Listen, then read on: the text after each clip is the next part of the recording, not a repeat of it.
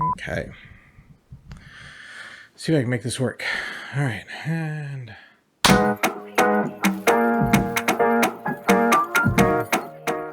hello, friends, and welcome to this week's episode of Howie Talks. This is the show where I sit down and talk about whatever I find interesting and going on in the world. This week, we're going to be talking about the latest episode of Ahsoka, episode 6. And we're going to be discussing some spoilers with that. So if you have not seen Ahsoka episode 6, as always, please go and watch that, then come back. The video will still be here, and we'll be happy to discuss it further. This episode was a great episode of Star Wars. It was new, it was fresh, it was different. It brought in a lot of new things that we hadn't really seen before. There's a bit of a tension and kind of almost horror element to this planet that they're on, this new planet in this new galaxy called Peridia, where we find out very early on that this is actually a Purrgil graveyard.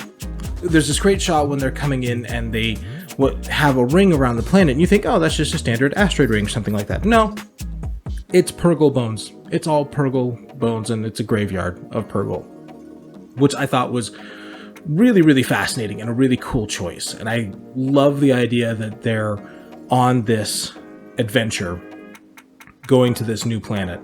I do have a feeling that the Purrgil are going to be the thing that really kind of saves the day in the end. I mean, if you think about the Purrgil that Ahsoka is riding in, it is the biggest and probably the oldest. So that means more than likely this is its last trip to Peridia, and it's going to die. In that process, it's probably going to interfere and come in and really either damage or destroy Thrawn's ship, the Chimera, and it's going to make it so that our heroes win the day. Speaking of the Chimera, I thought that ship looked so good in live action, especially all the gold plating on there used to kind of help, repair the ship. We'll talk about that here in a little bit, but I loved the idea of seeing once again, this ship that we saw in animation coming out in live action. I thought it was really, really, really cool, and the design of it was really well done. All of that stuff was so cool to see. And that's one thing that I think Dave Filoni has gotten really, really well done in this show is the idea of scale. I mean, you see just how big that Chimera is and just how big those Purrgil are. It's a big ship. They're big animals. And I think that idea of the scale and all that kind of stuff and how it works, I think is just, it's really cool to see. And I'm excited to see what they're going to do with that. One of the other questions I have here about Peridia is this maybe the origin point of the Night Sisters? Because it seems like they're definitely native to that place, or, this might be where they started. I wonder if it's not that this is the origin place of the Night Sisters, but more like the Night Sisters were banished to this place at some point in the early histories of the Star Wars galaxies. We have things like the brother and the sister and, these big Force users here that we saw if you ever watched the Mortis arc from Clone Wars. We have the brother, the sister, the father. What if they somehow, in some way, thought the way that the Night Sisters were using the Force was some type of abomination and quite literally banned them or banished them from the galaxy so that they can't come back to it? What if there's kind of some thing there, and fairly obvious that the Night Sisters are using Thrawn and Thrawn are using the Night Sisters? Who's going to win out in the end, I don't know, but it's fairly obvious that that's what's happening. And maybe the end goal here for the Night Sisters is they want to get back to the galaxy and make their use of the Force the way that the Force gets used, thinking that theirs is the right way and that is the way to use the Force. I mean, Palpatine certainly wouldn't mind seeing them back in the galaxy, having all of these abilities to reanimate dead bodies and things like that, as we saw with Merrick and we saw in Clone Wars. They definitely, I think, want to do something of that nature. I mean, you look at all of the casket-sized and shaped objects that are getting loaded onto Thrawn ships that are coming from the catacombs. They're making an army of undead people. That's what the Night Sisters are doing. They're bringing these undead people into the galaxy, and then they're going to raise them, reanimate them, and have them just destroy and plow through the galaxy. I mean, they're literally going to make a zombie apocalypse in Star Wars. And it's going to be the Night Sisters. And in a lot of ways, they may have already started that with these Night Troopers. I loved the design of the Night Troopers, the wear and tear on their armor, and this use of the kintsugi repair method to fix that. Which, if you're not familiar with kintsugi, it's the idea of taking basically a lacquer and mixing it with gold powder and filling in cracks in your pottery that happen. Or if a piece of pottery breaks, you use that to fill it in. And in general, that can actually make it stronger. And here we're seeing these members of Thrawn's army that have all this kintsugi in their armor, but are also wearing these red bands. And you listen to Enoch, the captain of the guard, the way he speaks sounds really, really similar to the way that Mark speaks. And so I have a feeling that more than likely, those troopers are at least in part reanimated by the Night Sisters. Maybe, for example, a trooper lost an arm, and so the Night Sisters gave him a new arm, although the way that they did that with Darth Maul and his legs. So this whole idea of maybe, body parts or entire soldiers have been reanimated by the Night Sisters.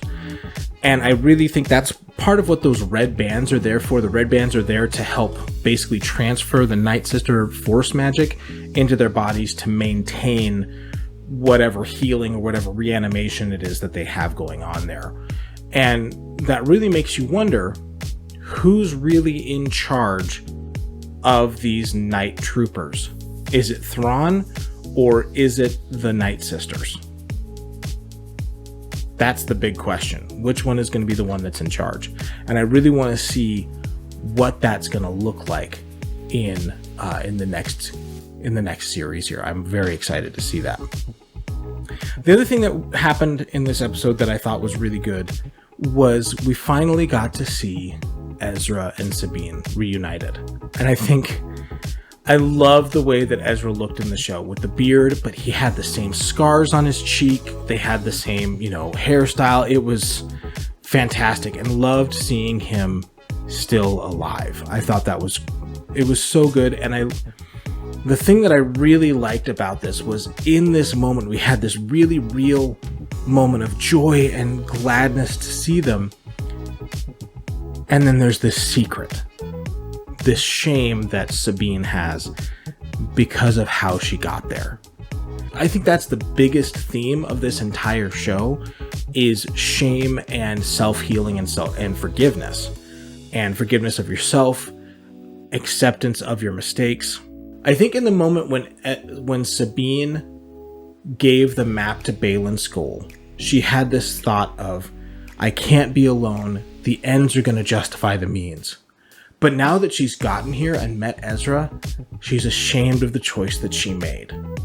She's so ashamed that she got here using Thrawn and using Morgan Elsbeth to get here. And the potential for cataclysm in the galaxy that she's unleashed is really, really high. And she really wants to be happy to see Ezra again, but she's so ashamed of what she did that she can't enjoy it. And I think that's a wonderful, wonderful dynamic, and I can't wait to see what they do with it. In general, overall, I really, really liked this episode, and I really cannot wait to see more of it and what they're going to do with it. The way that this is progressing, I'm hoping that there's going to be a season 2. I'm expecting that there's going to be a season 2. The way that this is written, I really don't want them to rush this ending. With 2 episodes left, I'm terrified that they're going to try and rush it. I hope they don't, because God, that would suck. But if they can get a season 2 and really play through this a little bit more and let it burn out a little bit more and let it kind of just percolate, I think it'd be great. And a second season of this series, I think, is absolutely warranted. And I would love to see where they go with it.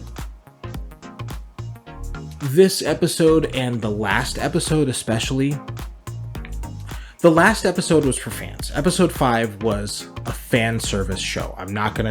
There's no way of sugarcoating that. That was a fan service show. It did advance the story in a really good way. I think it was a necessary moment where Ahsoka learned to forgive herself and let go of the guilt that she felt for what happened to Anakin. Like a divorced child blames themselves for their parents' divorce, I think Ahsoka blamed herself for Anakin's fall. And that episode, while a bunch of fan service, did release Ahsoka from that guilt and did release Ahsoka from that shame. And I think Ahsoka is now going to have to impart that same lesson to Sabine as letting go of the shame, letting go of the guilt, and really embracing where you are and accepting where you are and moving forward with that, being in the moment instead of stuck in the past. These 2 episodes, though, especially, have really cemented to me that Dave Filoni has a good idea and knows what he's doing. I think there are definitely some quirks with how he does live action stuff, but the way that he is telling this story, the way that he's putting this story together, really, really makes me want to see more. I want to see more from him. I want to see what he does. We know that he's a good storyteller. His animation chops have proven that he can tell a story and tell a story very, very well. I think this here proves that Dave has gotten a decent grasp, a good grasp of how the visual medium of live action filmmaking works. And I think he's going to be a good fit going forward to make more stories. Really where I think all of this is going, The Mandalorian, the Book of Boba Fett, if that comes back, the Ahsoka series, all of that I think is leading towards one singular movie that I think is going to end up being the Battle of Jakku. I think that's going to be the big climactic thing here, is we're going to see the Battle of Jakku that's going to tie directly into episode 7. And that's, when you think about it, that's really the goal of what Dave is working on here. Just like George did with the Clone Wars and the prequels, filling out the story of the prequels with the Clone Wars TV show has made it so much more interesting and so much more fascinating, and people like it a lot more than they did when it initially came out. Same thing here is happening with the sequel trilogy. Dave Filoni is making a show that's going to help fill out the universe and add more context to those movies. And it's going to make those movies that much more interesting and that much more exciting. And they're going to be able to draw all these parallels into these movies. So I'm very, very, very excited, and I think we're on the right track, and I think Dave is going to do a fantastic job. So anyways, those are my thoughts on Ahsoka Episode 6. Do you have any that you want to share? Agree with me, disagree with me? Let me know down in the comments. Would love to hear from you. And until next time, I'm Howie. Take care.